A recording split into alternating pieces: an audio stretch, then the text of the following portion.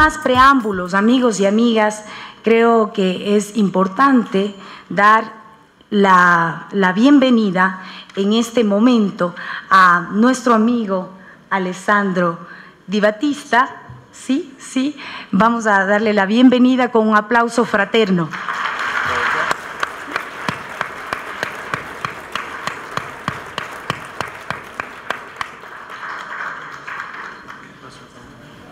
Buenos días, ¿me escuchan? Sí. Buenos días a todos y a todas. Para mí verdaderamente es un honor, un grande placer estar aquí en Quito y agradezco quisiera agradecer a Alianza País por esta interesante y agradecida invitación.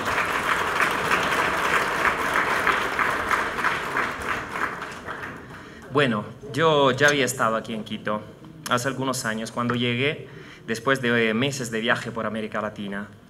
Viajaba a dedo, tenía una mochila llena de libros y tenía muy poca plata. Sin embargo, fueron mis limitados recursos económicos a volver a este viaje inolvidable. Me tocó trabajar de fantasía y también gracias a Internet encontré amigos dispuestos a compartir conmigo un plato de sopa o un sofá. Además de viajar, una de las acciones más instructivas que un ser humano puede hacer, yo estaba estudiando la política progresista latinoamericana. Me interesaba la manera con la cual ustedes habían enfrentado a la troika norteamericana, representada por el Fondo Monetario Internacional, el Banco Mundial, y obviamente a las grandes transnacionales dispuestas a intervenir en las políticas de los países latinoamericanos para que los derechos sean concedidos antes a las mercancías y solo después, tal vez, a lo mejor, a los seres humanos y a la naturaleza.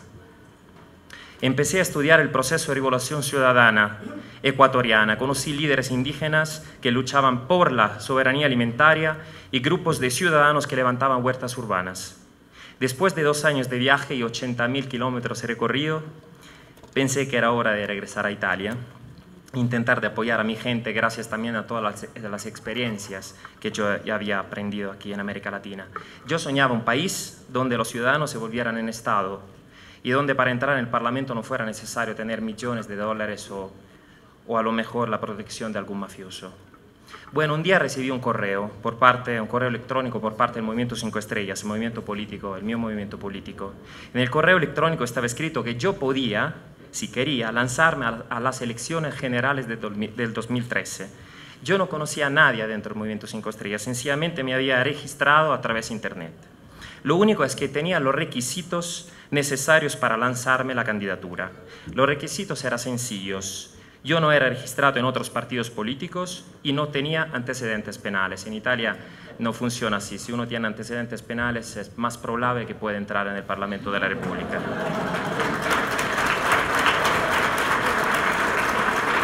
Requisitos suficientes. Entonces decidí de intentar. Me preguntaba por qué los delincuentes pueden legislar y yo no. Publiqué mi hoja de vida, grabé una presentación en video y escribí una declaración de intenciones políticas. Bueno, llegó el día del voto en Internet. Los más votados entraban en la lista oficial que se presentaba en las elecciones generales de la Cámara de Diputados. Yo entré y me tocó empezar mi primera campaña electoral sin experiencia y sin plata. En total, para mi campaña electoral gasté 144 euros, más o menos 180 dólares. Utilicé las redes sociales para compartir y comunicar ideas y propuestas políticas. Y un cómico que se llama Beppe Grillo, un cómico que había fundado el Movimiento 5 Estrellas, rellenaba las plazas de Italia hablando de medio ambiente, de justicia social y del sueldo de ciudadanía, que es una propuesta del Movimiento 5 Estrellas. Increíblemente, llevamos casi 9 millones de votos, el 25%, y yo me volví en un diputado de la República Italiana y hoy, después de 4 años, desde que visité Ecuador como mochilero y recibí una invitación por parte de Alianza y por parte del gobierno de Ecuador aquí en Quito. Y pienso que, como dicen ustedes, chuta, la vida es bastante rara. No creo que Internet sea el bien absoluto, hay un montón de basura en la red y obviamente poderes ocultos empiezan a controlar la red. Pero tengo que decir que Internet ha permitido que cada uno de nosotros pueda proporcionar informaciones y sobre todo ha liberado la política del chantaje del dinero. Repito, gasté $180 para mi campaña. ¿Qué significa eso? Obviamente significa que puedo equivocarme en el Parlamento. Puedo votar una ley que no tendría que votar o votar mal. Pero no tengo patrones que me han dado dinero y después me piden algo a cambio. Esta es una revolución mundial. Giovanni Falcone,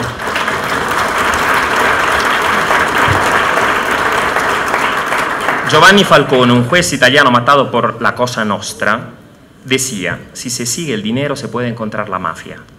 Bueno, la mafia no es solo la mafia que ya conocimos todo. Mafia también es un parlamento compuesto por diputados esclavos de grupos de presión que han permitido sus elecciones dándole mucha plata. El Movimiento 5 Estrellas no tiene a nadie atrás, ninguna empresa transnacional, ningún grupo de presión, tampoco el crimen organizado que en mi país sigue fuerte. Tenemos solo un dueño, los ciudadanos italianos. Antes de entrar en el Parlamento yo pensaba que había obviamente políticos crueles adentro. Bueno, me equivocaba. No hay buenos diputados o diputados malos. Hay diputados libres y diputados encadenados por el dinero que han recibido antes de entrar.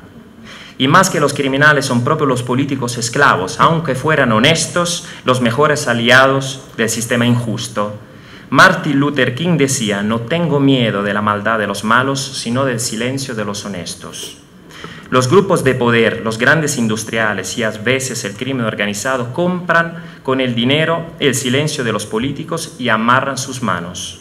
Los políticos aceptan este compromiso vergonzoso, tal vez justificándose, diciendo que sin apoyo financiero será imposible entrar en las instituciones y de plano hacer buenas leyes. Falsos e hipócritas. Como si aquí si te untas un dedo, te untas toda la mano. Y bueno, yo esto trato de no olvidarlo nunca.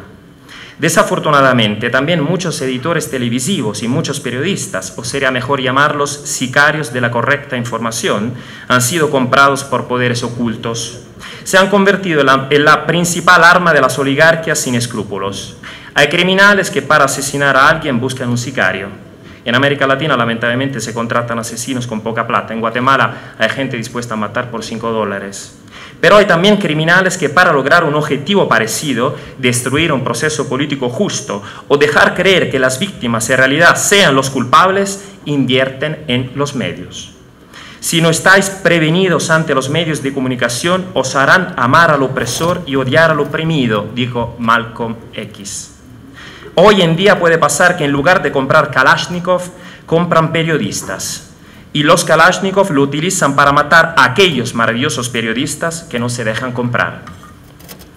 Dictaduras tradicionales bien conocidas en América Latina y en mi país también, han sido reemplazadas por dictaduras mediáticas, donde los medios de comunicación son capaces de repetir las mentiras tantas veces que se vuelven en verdad. En el siglo XXI, para dar golpes de Estado, se utilizan menos tanques y más falsos reportajes y montajes de imágenes y palabras. Los golpes de Estado tradicionales han sido trágicos y visibles. Los golpes mediáticos van a ser igualmente trágicos, pero menos visibles y por lo tanto muy peligrosos. Bueno, también en contra de esos riesgos, Internet puede representar una respuesta, un recurso. La red mata a los intermediarios y, como todos saben, intermediar es una forma de ejercicio del poder. El Movimiento 5 Estrellas nació para derrotar a los intermediarios todos. Si se piensa bien, hasta la partitocracia, como la conocemos hoy, obviamente yo hablo más de la partitocracia de mi país, es una forma de intermediación entre instituciones y ciudadanos que para mí va a desaparecer. Un día veremos a las democracias representativas como hoy miramos a la monarquía absoluta, como algo de muy obsoleto. Lo contrario de la palabra mediación es la palabra soberanía. El Movimiento 5 Estrellas nace para construir la soberanía, soberanía alimentaria. Por eso nuestras leyes empujan a comer lo que se produce y producir lo que se come. Soberanía energética, porque el futuro va a ser la autoproducción y el autoconsumo. La soberanía monetaria y la soberanía de la información. La red tiene el poder de contrarrestar esta dictadura mediática que nos rodea, aunque se no nos damos cuenta. Internet, el intercambio de información, el ciudadano que se hace dueño de su propia información son unas grandes respuestas al latifundio informativo que todavía existe. Y sigue fuerte porque el poder de los medios de comunicación se ha vuelto más sofisticado. Además de mentir, utilizan otra arma peligrosa, las estafas semánticas. cambian el nombre a un fenómeno para que cambie la impresión general del fenómeno mismo. Así que, por magia, a las guerras de invasión le dicen misiones de paz para llevar democracia. A los presidentes elegidos democráticamente, como el presidente Rafael Correa, le dicen líder populista. A la dictadura del libre mercado, que el libre no es nunca, le dicen democracia. Y a las medidas de carnicería social que en mi país están destruyendo la salud pública, la escuela pública y el transporte público, le dicen ajuste estructural o reformas necesarias. Quien controla las palabras controla el mundo. Bueno, repito, hay un montón de basura en internet, pero por lo menos cada uno de nosotros puede controlar más las palabras. Hoy mismo voy a subir este discurso, el haré y miles de ciudadanos italianos pueden verlo y pueden tomar su opinión, hacerse una opinión, de forma totalmente gratuita. Antes estaba hablando de soberanía. El Movimiento 5 Estrellas también está luchando para volver a tener la soberanía monetaria. Una de las mentiras más grandes que circulan en Europa es que el euro es una moneda, solo una moneda y nada más. Es falso. El euro no es una moneda, es una forma de gobierno. Fue el medio elegido para eliminar cualquier autonomía política de los países que forman parte de la Unión Monetaria. Los grandes bancos, que son el verdadero gobierno europeo y son capaces de colocar títeres en los distintos países de la Unión Europea, se han dado cuenta que la única manera de llevar a cabo la privatización y la destrucción del Estado social era la moneda única. Los tecnócratas sin rostros han construido una jaula, el euro. Los medios de comunicación nos han convencido que no se trataba de una jaula, sino de una oportunidad fantástica. Los gobiernos han obedecido a los bancos y las cosas empezaron a ir mal. Pero los propios bancos, siempre con la ayuda de los medios de comunicación, han dicho que salir del euro sería la muerte, que los países que van a salir van a perder competitividad industrial, van a perder trabajos sueltos, pero toditas estas cosas ya están ocurriendo quedándonos en el euro. La Constitución ecuatoriana nos enseña que la libertad de la información es un derecho humano, como comer, tener un techo, tener ropa, respirar aire o tomar agua. Bueno, para mí también poder imprimir dinero a través de un banco público es un derecho humano. Es un derecho de los gobiernos nacionales poder adoptar políticas fiscales y monetarias autónomas sin deber pedir el permiso de un banco como el Banco Central Europeo, que está controlado por los bancos privados. Repito, el Banco Central Europeo en Europa está controlado por bancos privados. ¿Dónde está entonces la democracia? ¿Se acuerdan de lo que ha ocurrido en Grecia? La gente con el referéndum dijo ya basta austeridad. Resultado, aún más austeridad. La muerte de la democracia. Grecia ha sufrido una invasión del siglo XXI, una invasión hecha por parámetros económicos que hay que observar y medidas impuestas por el Fondo Monetario Internacional como la deuda eterna. La evolución del capitalismo se llama creditocracia. En esencia, el capital se convirtió en un medio a través de préstamos para crear una deuda y ganar intereses eternos. La deuda eterna es la mejor inversión posible para el grande capital. Me gustaría recordar las palabras que el presidente Correa ha dirigido a representantes del Fondo Monetario Internacional cuando fue expulsado del país. Son palabras que para nosotros del Movimiento 5 Estrellas son ejemplares. Tenemos la obligación de emergencia nacional y ponemos las obligaciones nacionales antes de las obligaciones internacionales. En el momento adecuado vamos a respetarla, sí podemos, pero nuestra prioridad es muy clara. Antes la vida, y después la deuda. La burocracia internacional corrupta e incompetente debe respetar a nuestro país. Bueno, yo no estoy aquí para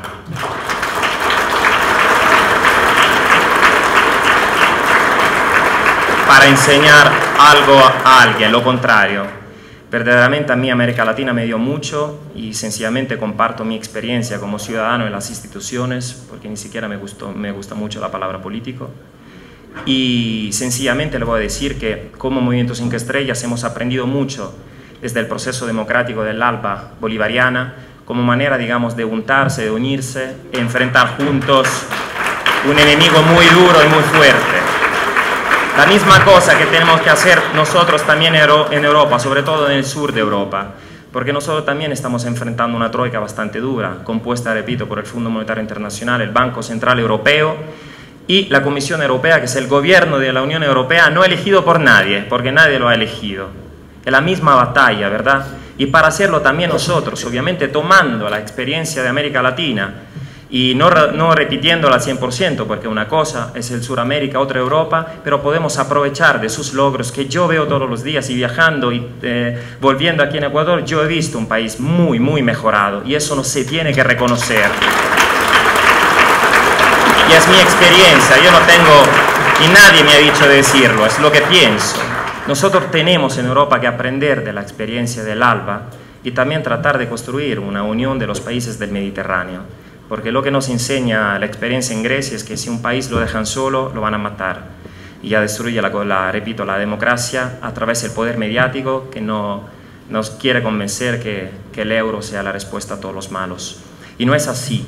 Nosotros también en Europa, repito, tenemos que ser una cosa sola en el Mediterráneo, porque también tenemos muchas características comunes, y poder levantar una lucha que ustedes han levantado, y tienen que estar orgullosos de esta lucha. Y yo sencillamente comparto mis experiencias, aprendí mucho desde ustedes, desde Ecuador, y voy a volver nuevamente a mi país con más ganas de luchar y tratar de construir un país más justo, un país normal. Un país normal. En mi país muchas veces la fuerza de policía defienden los ladros de los ciudadanos. En lo contrario, yo sueño un país donde la fuerza de la policía defiendan los ciudadanos de los ladrones, ¿verdad? Bueno, me voy a llevar todo esto, espero que lo que hemos compartido hoy pueda ser un recurso para todos ustedes, como verdaderamente el ejemplo de Ecuador, de ese gobierno y de toda América Latina ha sido un ejemplo para mí que me voy a llevar siempre en mi corazón. Gracias a ustedes y que tengan un buen día.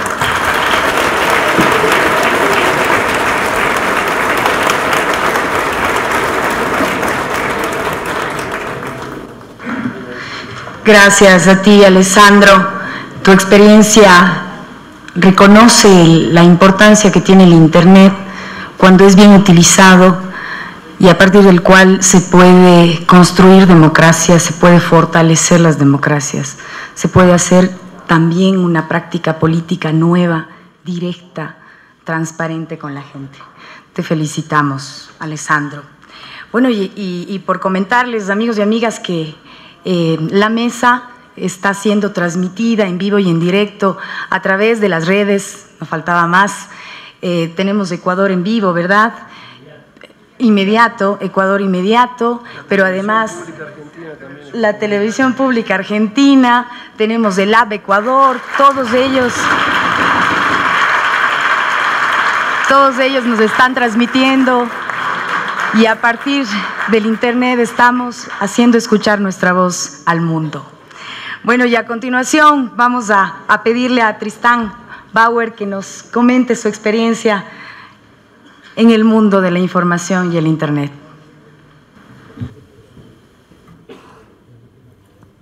Gracias, muy buenos días a todos, a todas. Una alegría grande estar aquí una vez más en Ecuador, país hermano, país querido, país de Guayasamín, país de tantos luchadores. Y estamos recordando en estos días un acontecimiento que se produjo en la Argentina, en la ciudad que me tocó nacer, en Mar del Plata. Va a ser el 5 de noviembre, ahora en pocos días, 10 años, que allí se desarrollaba la cuarta cumbre de las Américas. Y me parece que cuando uno mira para atrás, cuando uno mira nuestra historia, encuentra ciertos mojones.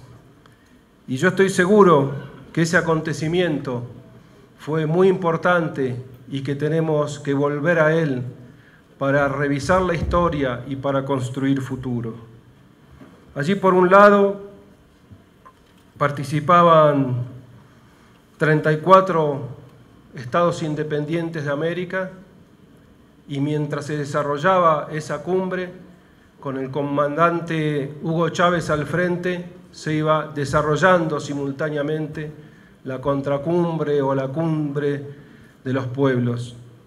Fue allí, en ese momento, en esa situación, donde George W. Bush sufrió una derrota muy grande al no lograr instalar su idea del ALCA, del libre comercio en nuestras Américas.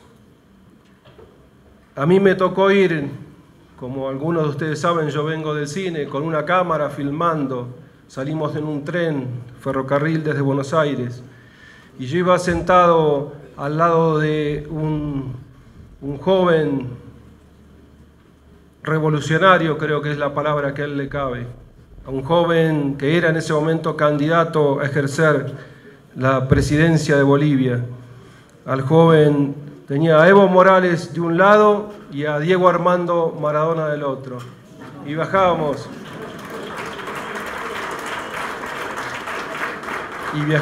en ese tren. Y llegamos hasta el estadio de fútbol de Mar del Plata, y allí con su vigor, con su entusiasmo, con esa pasión única, el comandante Hugo Chávez decía: venimos aquí a enterrar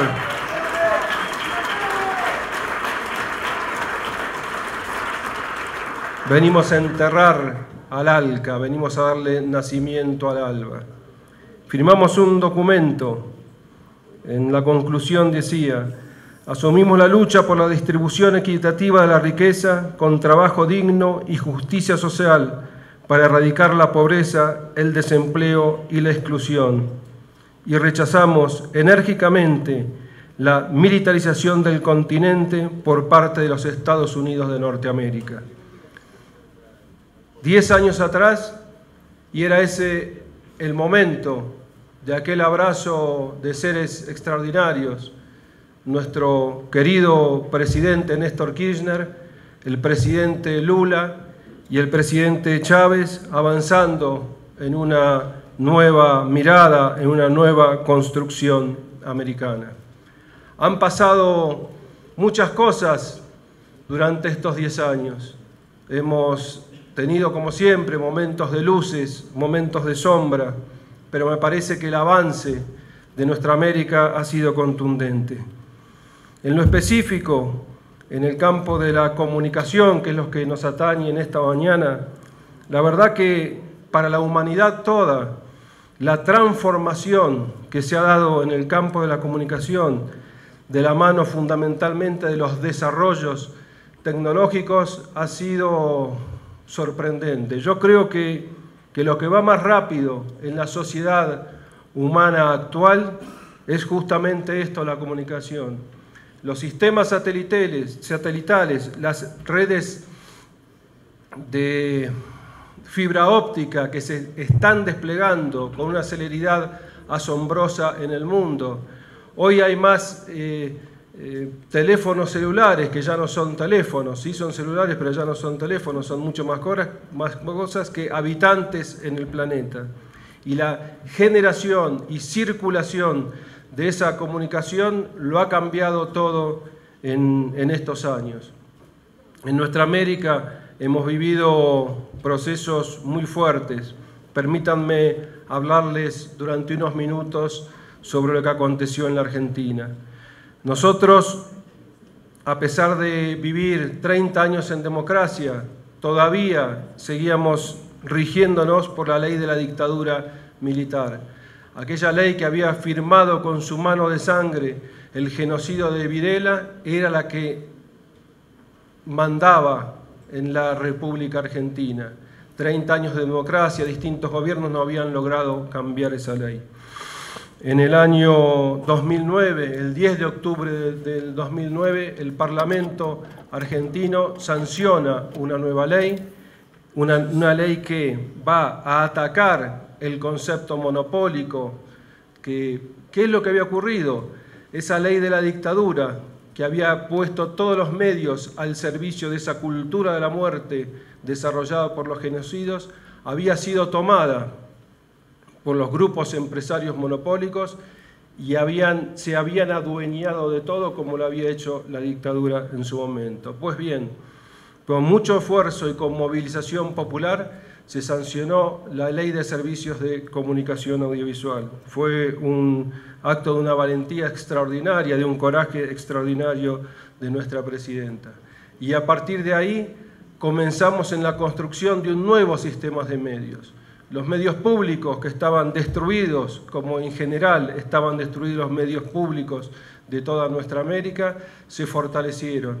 Y de las manos de los cambios tecnológicos, de la digitalización de la televisión, se avanzó en el poder y en la llegada de estos nuevos medios públicos, tanto las radios como los nuevos canales de televisión. En el sector universitario se comenzaron a crear nuevos canales, el nacimiento de canales para nuestros niños.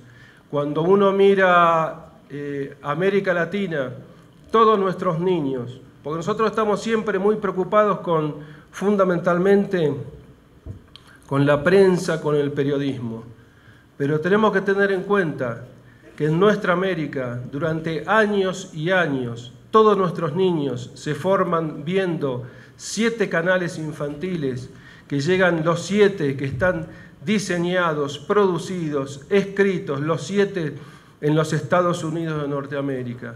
Señales como Disney y toda la cadena de distribución es la que forma a nuestra niñez.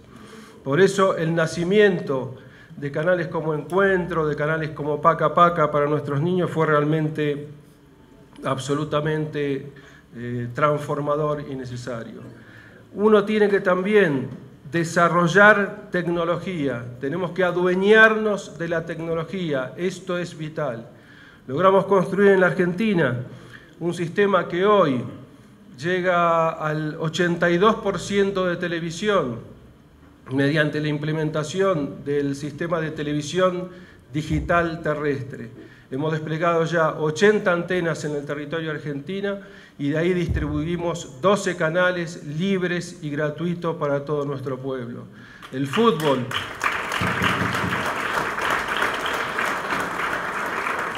El fútbol, por ejemplo, que antes alguien tenía que pagar un sistema para poder verlo y solamente podía ver libre y gratuito los días domingos los partidos, ahora es un espectáculo, el Mundial o los partidos de los campeonatos locales que llegan de verdad a todo nuestro pueblo.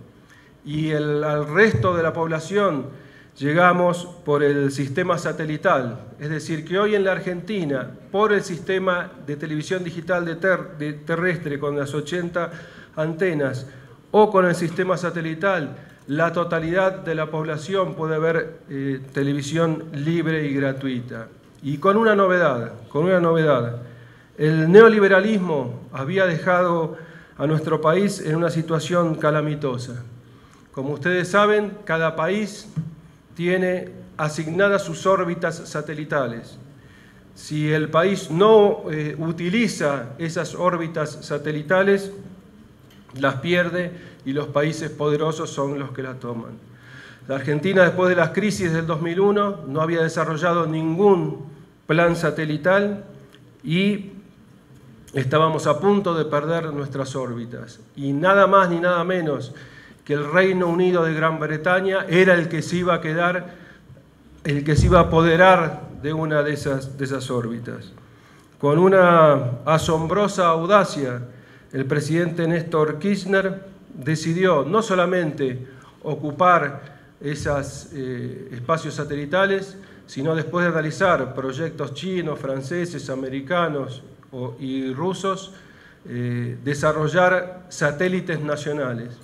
Y en una fábrica en la Patagonia Argentina, científicos y técnicos argentinos se pusieron a trabajar en el diseño y en la construcción de un satélite de comunicación. Dentro de 3 horas, la Argentina va a alargar su segundo satélite. Ya tenemos el primer satélite argentino de comunicación orbitando y todas las transmisiones de nuestra televisión, de la televisión pública, de la radio, muchos servicios de internet y muchos del sector privado argentino ya se están desarrollando desde ese satélite que tiene una pisada muy fuerte en Sudamérica. Y dentro de 3 horas largamos el segundo satélite y tendremos la pisada no solamente en Sudamérica, sino también en los Estados Unidos. Esto demuestra que se puede. Nuestro presidente Kirchner nos hablaba siempre de la autoestima, trabajar la autoestima. Siempre nos dicen que no se puede, pero cuando armamos equipos de trabajo y nos ponemos a trabajar, podemos avanzar con estos desarrollos. Para nosotros la comunicación es un derecho humano. La comunicación es un derecho humano. Y nuestra producción, y fundamentalmente la producción audiovisual, y ahora ustedes saben que los mayores desarrollos que se están haciendo para estos dispositivos tienen que ver con la comunicación audiovisual, con el transporte, generación y transporte de pequeños videos y mensajes de audio. La comunicación audiovisual crea sentido, y crear sentido quiere decir crear cultura. Crear sentido quiere decir crear cultura. Nosotros, los que venimos desde hace muchos años desarrollando cine, televisión, venimos desarrollando el lenguaje audiovisual, tenemos también un momento que es un mojón que es el nacimiento del nuevo cine latinoamericano. Cuando allí en Chile, en Viña del Mar, se encuentran cineastas que no se conocían, no eran los tiempos de Internet, eran los tiempos de las copias cinematográficas, cuando no sabían los cubanos lo que se estaba haciendo en Brasil, no sabían los argentinos lo que se hacían en Bolivia, no sabían los chilenos lo que se hacía en Venezuela. Y allí hubo un momento de nuestra historia donde nuestros cineastas, Miguel Litín, Jorge Sanginés, Tomás Gutiérrez Alea en Cuba, el Cinema Nuevo del Brasil, se encontraron y ellos mismos descubrieron que estaban generando una imagen, un discurso audiovisual que en su lenguaje era diverso, pero que se asemejaba, que era parecido y que tenía una misma raíz cultural.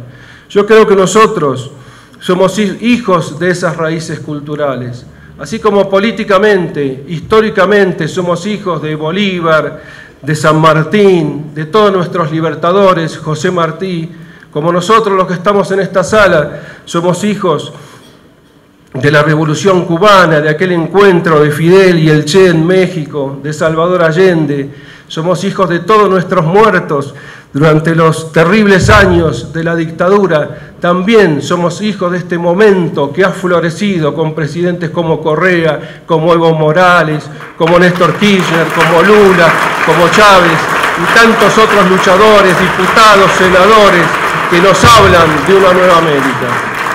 Nosotros no podemos quedar afuera de la comunicación. Tenemos que tener una participación activa y sepámoslo, no hay ni pequeño ni grande. La voz de una mujer en la Plaza de Mayo, en los años terribles, con un megáfono y diciendo su verdad, Eve de Bonafini, las madres y las abuelas de Plaza de Mayo, ese megáfono, esa sola voz en una plaza significó después una explosión que irradió en el mundo entero. Y vos, Alessandro, como italiano lo sabés muy bien, porque si algún lugar tuvieron apoyo nuestras madres fue allí en tu país. No hay ni pequeño ni grande, revistas como esta que están haciendo un grupo de compañeros, una revista, el papel escrito, puede tener la misma potencia que la transmisión de un programa de Telesur para toda la región. Y lo que sí tenemos que estar comprometidos a ser militantes de esta comunicación. Hace poco tiempo,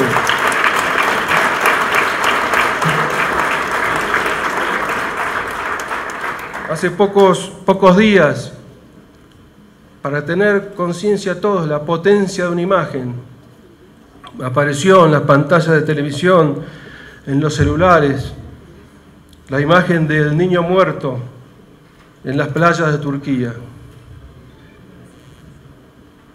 El Papa Francisco hablando mucho de esa situación, y de repente se instala un tema y se empieza a analizar y abordar ese tema, pero sigue siendo la imagen y la potencia de una imagen y la circulación de esa imagen el disparador para comenzar a hacer estas reflexiones humanas.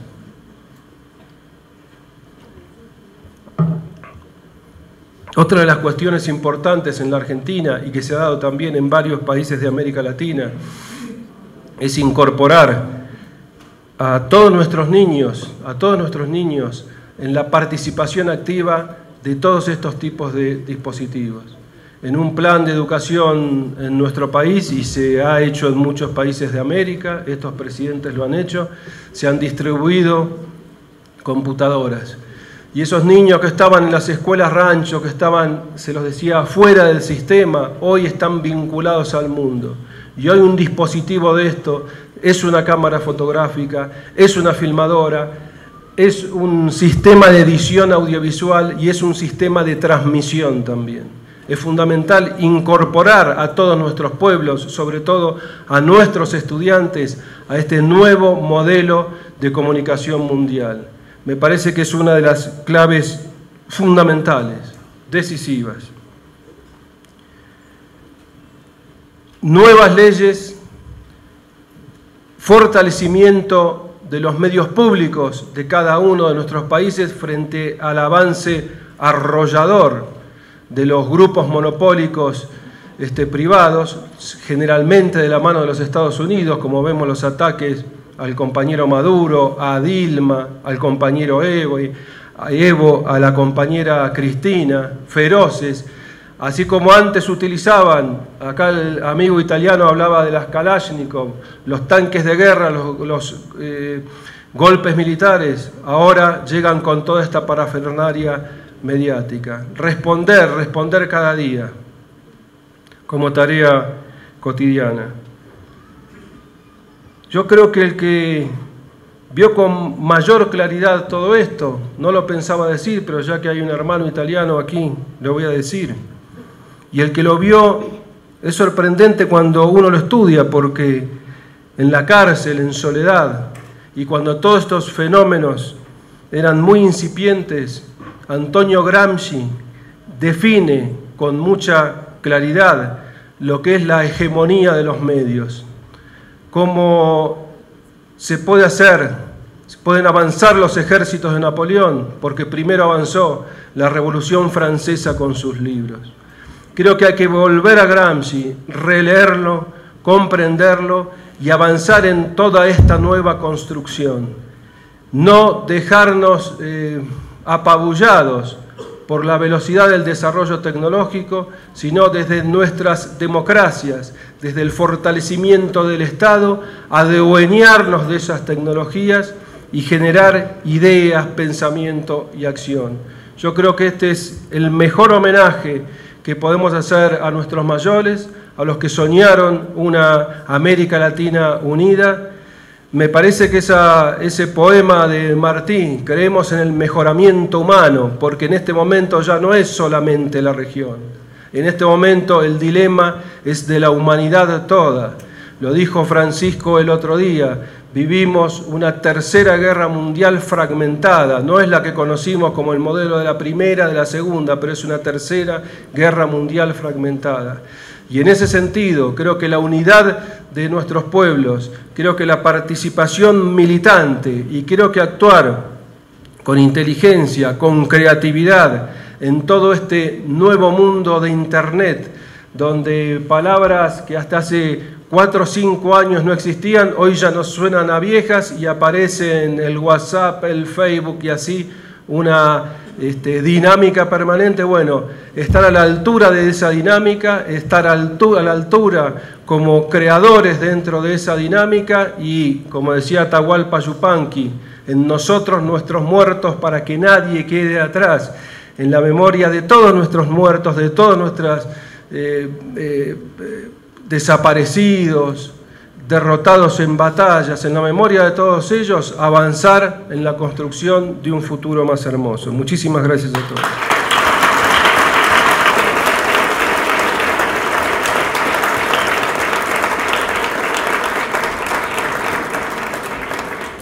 Tristán, muchas gracias por contarnos desde tu experiencia cuáles son los desafíos también para nuestra América Latina y para la humanidad entera. Sin duda, alguna desde los medios, desde el Internet, se puede consolidar una patria grande, pero así también podemos estar frente a la hegemonía de esos mismos medios que pueden destruir o que intentarían destruir nuestros sueños. Pues aquí nos vemos juntos y este ambiente que se siente en esta mesa de diálogo es un ambiente muy interesante. Tenemos, digamos, la presencia de varios compañeros y compañeras que nos están visitando de la Patria Grande. Gracias por estar aquí, gracias por unir esos esfuerzos de llevar adelante una patria unida, una patria que realmente pueda proponer al mundo un cambio civilizatorio.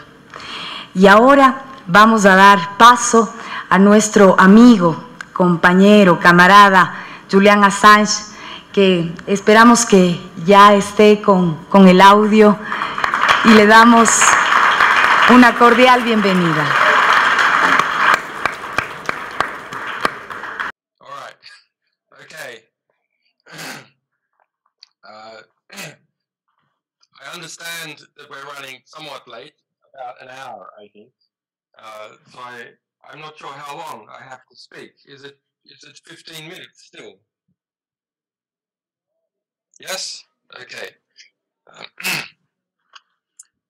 So I'm very interested to hear what the other two speakers had to say, because there is a convergence of thought that I see happening with my own thoughts and these two speakers and others I've met recently. But I want to point out some very recent events and use that as a mechanism to try and understand something very un mecanismo para on Monday, el lunes the sitting UK general threatened un general del Reino Unido en el Reino Unido amenazó con un golpe militar si es que un líder de oposición recientemente electo, un líder de izquierda, personalmente un líder más de izquierda que este país ha visto en 30 años, fuese a ingresar al gobierno. Y la declaración fue que si él intenta from NATO or diminish its role or to remove the UK's nuclear weapons system. Reactivar las armas nucleares de Inglaterra. And there would be effective mutiny in the UK. That statement Esa declaración en la prensa inglesa ha ido sin ninguna refutación y debería ser causa de grave preocupación. El Ministerio de Defensa del Reino Unido, a su nombre, dijo que decidió no investigar. ¿Qué general? Lo dijo, porque hay como 100, en base a que no podía definir cuál general no había emitido esa declaración.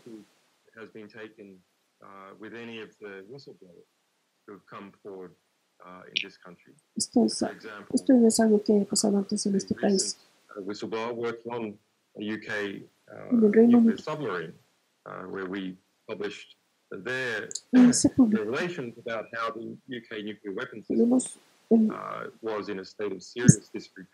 el sistema nuclear del Reino Unido estaba en muy malas condiciones y se cuestionaba por qué.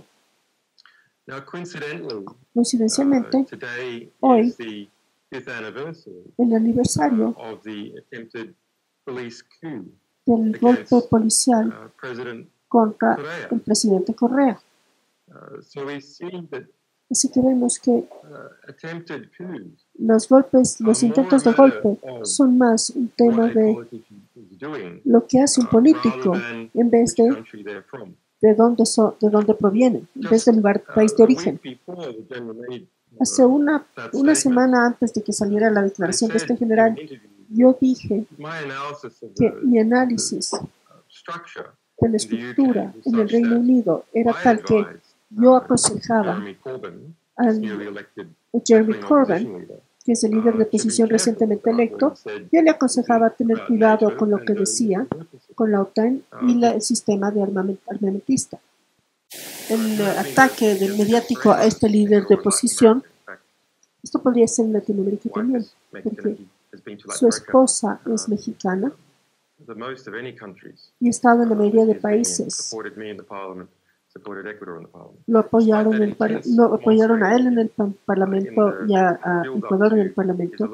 Este ataque, como líder de oposición del Reino Unido, él ya fue electo con una gran mayoría del Partido de Trabajadores.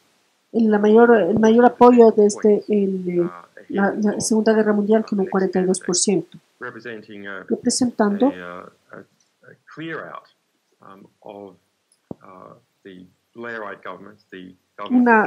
un alejamiento del gobierno de Blair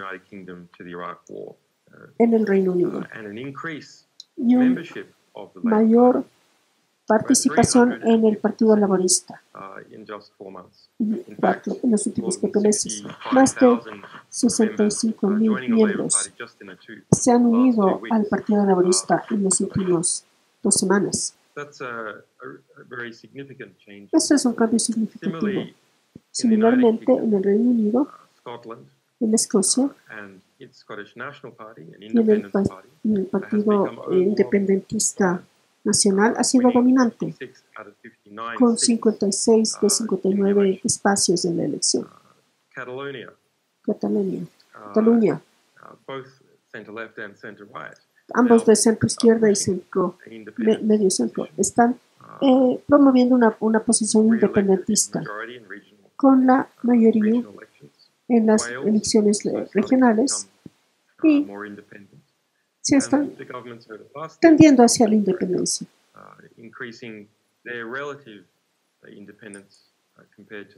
Y son relativamente más separatistas que el resto del mundo. Así que, ¿qué está pasando? Bueno, hay 3 factores, 2 factores.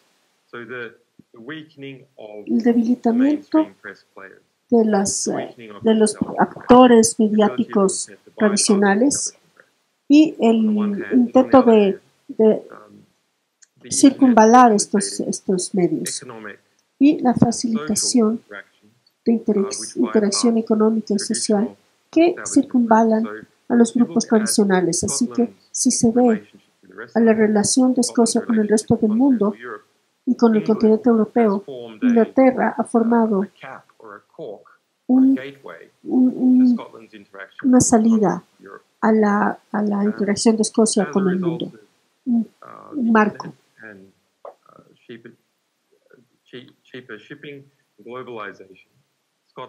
Escocia, así, a través de movilización, ha tratado de comunicarse directamente con el resto del mundo y no a través del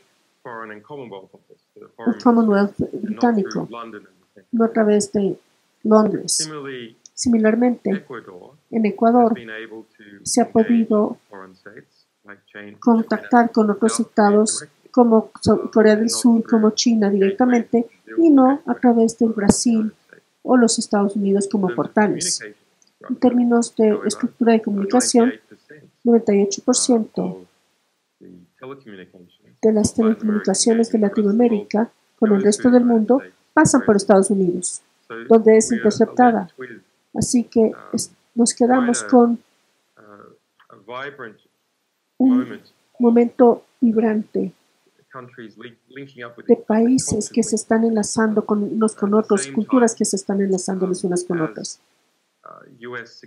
A la vez que las agencias de seguridad estadounidenses tienen más control, ejercen más control con la comunicación individual.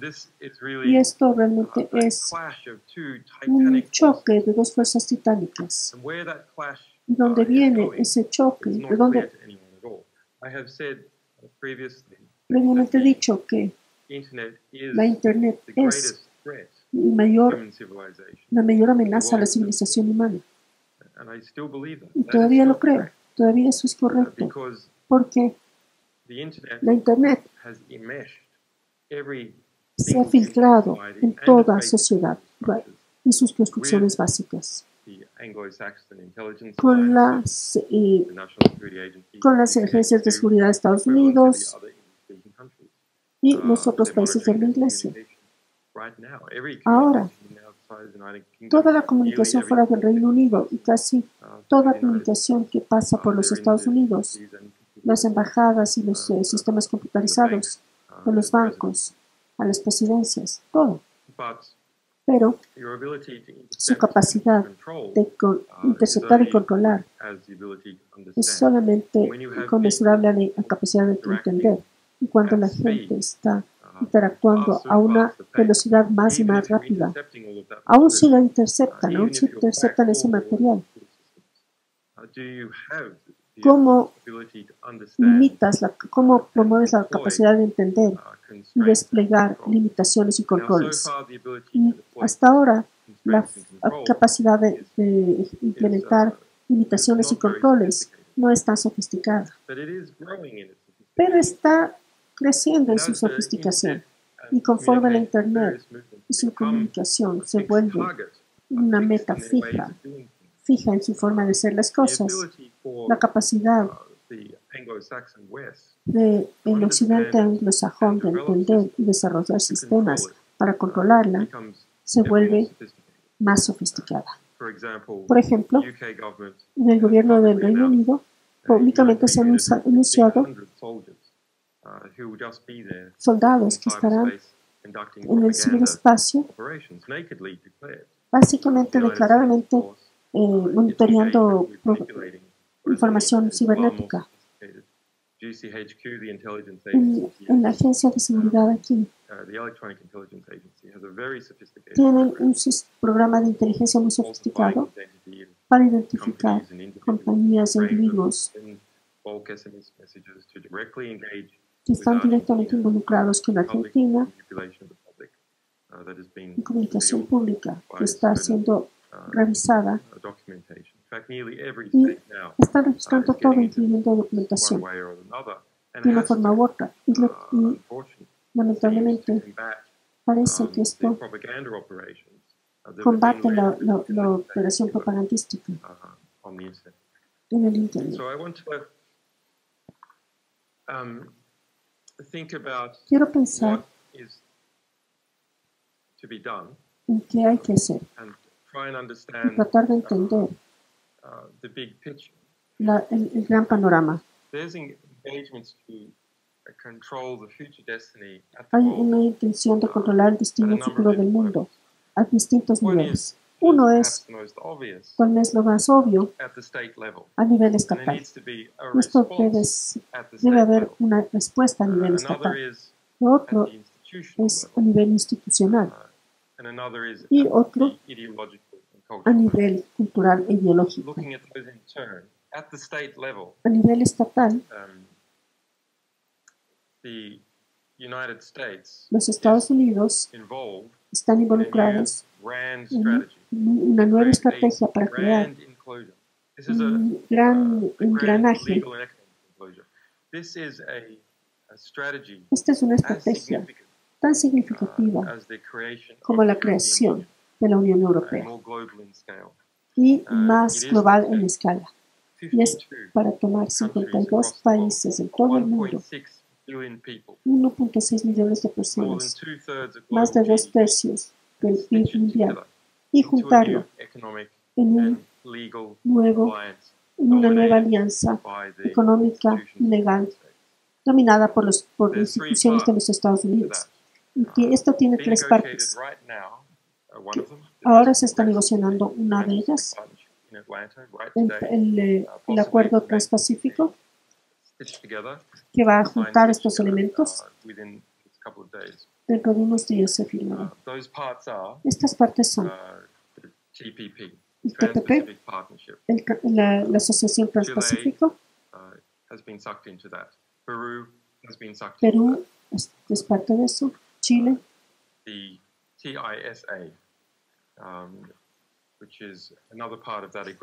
otra parte de ese acuerdo es el CIS, incluyendo Colombia, Costa Rica, México, Panamá y Perú. The ETIP, the El Economic and Legal IPP, Integration la integración of the económica y EU, legal de la Unión Europea, member states, y todos los and the 27 United Estados States. miembros y los Estados Unidos. Nearly 50% of global Un GDP gran porcentaje del PIB mundial between them. entre ellos. That grand strategic project Ese is gran said ente by Hillary estratégico Clinton in está, 2012 está planificado por Hillary Clinton NATO. That's en her que sea una words. OTAN económica. To be said earlier this year Como lo by dijimos Ashton antes, Carter, este año, US Secretary of como lo Defense, dijo el secretario de Defensa de los Estados Unidos. Esto será más importante en el rebote by that they mean de the Estados economic Unidos and hacia military el balance than que another aircraft carrier. otro. Now China only has one aircraft carrier. Solo hay un portaaviones. Those sorts of statements, of Y este course, tipo de as a serious declaraciones threat, and they are a obviamente serious son una amenaza threat. seria. Stitch together all the West and its allies in Juntar a new bloc to economically los aliados en un nuevo circle China bloque and suck as many Latin American states y as dejar possible, fuera a into muchos that estados new latinoamericanos, pero a la and vez to traer dominate muchos otros estados latinoamericanos international y dominar institutions that la emerge, including las instituciones internacionales y las cortes que toman todas las decisiones en relación a conflictos US appointees. con el nombramiento de personajes estadounidenses. Y a menos que Latinoamérica tome esta amenaza seriamente y cree, como está haciendo la China, su propio bloque regional de estados integrados, los estados latinoamericanos van a ser identificados y empujados uno por uno y fulminados por esta agrupación europea. Por eso el Mercosur, UNASUR, ALBA, tiene que acelerar su integración económica y militar. A nivel institucional, por supuesto, estamos viendo la ICC, las Naciones Unidas, y no vamos a entrar en detalle con esas, pero estas apoyan la integración estatal. A nivel cultural e ideológico, es necesario entender lo que ha logrado los Estados Unidos en sus victorias culturales e ideológicas, que ahora, aún en países como la India, han posicionado el Valle Silicón y su ideología relacionada con lo mismo como el portador de la civilización y desarrollo humano.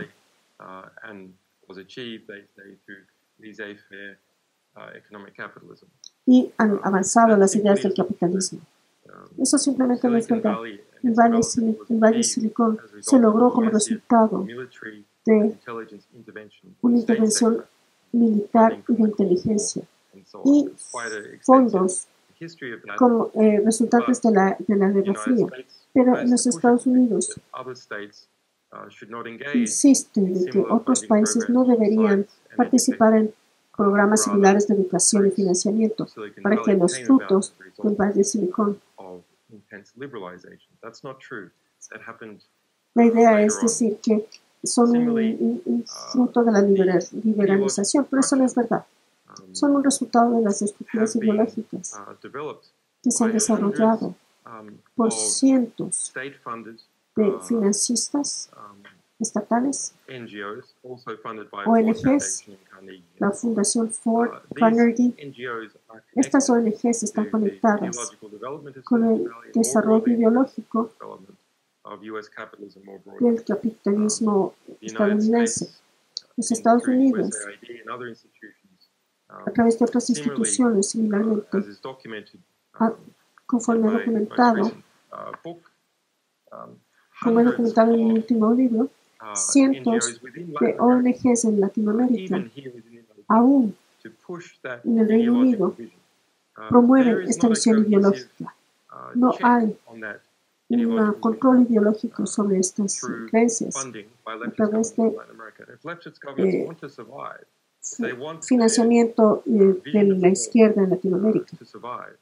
Si esta visión quiere sobrevivir, Se tiene que financiar institutos de investigación y universidades para desarrollar la única visión ideológica. La mayoría de la gente ve la tecnología como algo que nos sirve.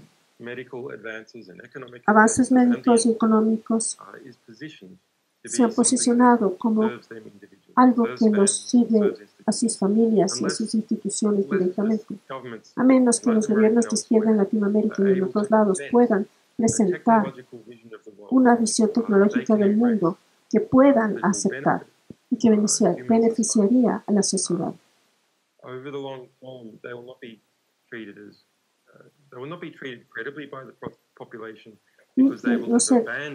Estos no han sido tomados seriamente por la población porque se han alejado del desarrollo tecnológico que está siendo promovido por el Valle de Silicón. Y solo quiero dejarlos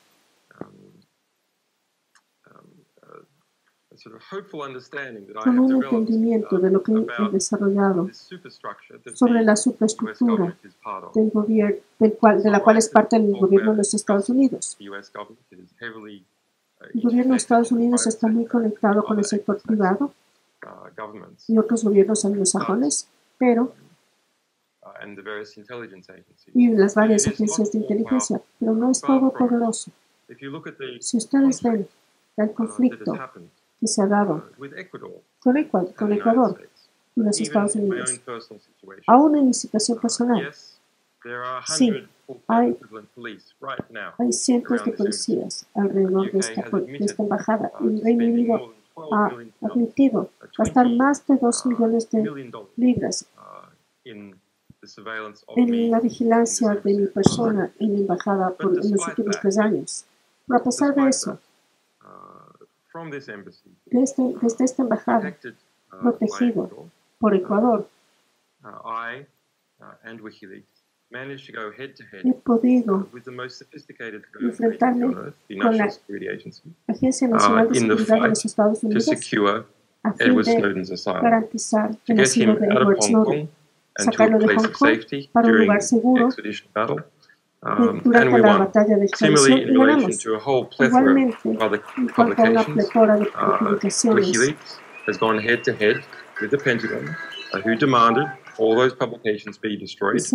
se exigió que ciertas publicaciones se destruyeran y ganamos de manera concluyente. Ni una sola publicación puede destruirse. ¿Y por qué fue esto? Porque los secretos generan incompetencia. Las agencias de inteligencia en general, no importa qué tan grandes sean, no importa qué tan grande sea su presupuesto, son profundamente incompetentes y son profundamente incompetentes por una sola razón económica. In order for there to be an effective market, there needs to be information. A perfect market corresponds, even in classical economics, to there being a perfect supply of information. And intelligence agencies conceal their activities. When they do something wrong, it's concealed. The various supporters that they might have within the government and with outside can't see precisely what it is that you're doing. As a result, the incompetence flourish. That's one of the very interesting reasons why the propaganda sector within the West is so competent. The various mainstream media institutions are very efficient at achieving propaganda victories and controlling the frame of debate and the lens of debate and engaging in character assassination and so on. They are extremely efficient in terms of the amount of money spent. Why is that? Well, because their basic product is itself information, and it is completely public. So various supporters from one country and another in the ruling classes of those countries can determine which media institution they are to support or not support. It is almost a perfect market. So I think it's interesting to look at that lesson of de estos sistemas de inteligencia extremadamente sofisticados y su increíble incompetencia, porque hay un presupuesto mucho más elevado, pero que no tiene información disponible para la clase reinante, así que por ende no logran tener el mismo tipo de victorias que el sistema de propaganda tiene.